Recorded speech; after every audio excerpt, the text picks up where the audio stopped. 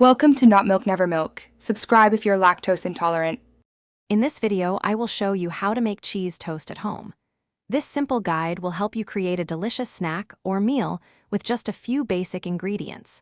We'll cover everything from selecting the right bread and cheese to the best cooking methods, ensuring a perfect, golden brown result every time. Get ready to enjoy a warm, cheesy treat in under 10 minutes. First, take your bread and spread a thin, even layer of butter on one side of each slice. This buttered side will go face down on your cooking surface, helping to create a wonderfully crispy exterior.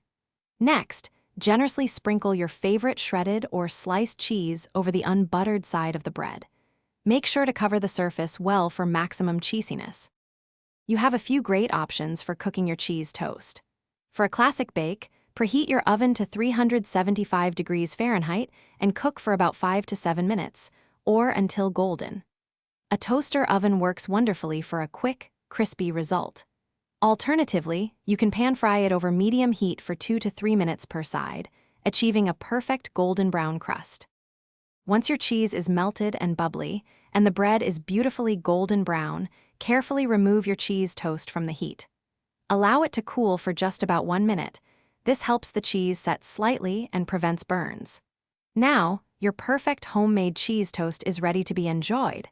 It's a simple, satisfying treat that's always a crowd pleaser. Thanks for watching. If this was helpful, leave a like and consider subscribing. See you next time.